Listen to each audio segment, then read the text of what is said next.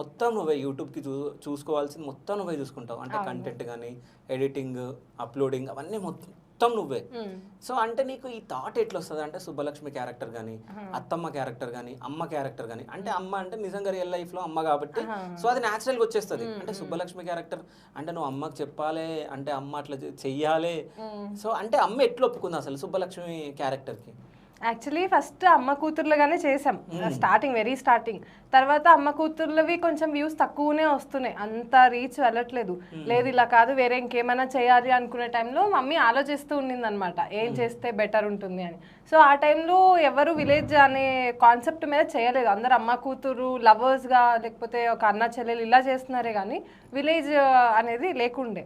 So mummy ఇంకా ఇదేదో బాగుంది కదా మనం ట్రై చేద్దాము అని చెప్పి మమ్మీ చిన్నప్పటి క్యారెక్టర్ కొంచెం మిక్స్ చేసుకొని ఒక పిచ్చిది పల్లెటూరు నుంచి వచ్చిన పిచ్చిది ఎలా ఉంటుంది అనేటట్టుగా చేసుకుంది మమ్మీ.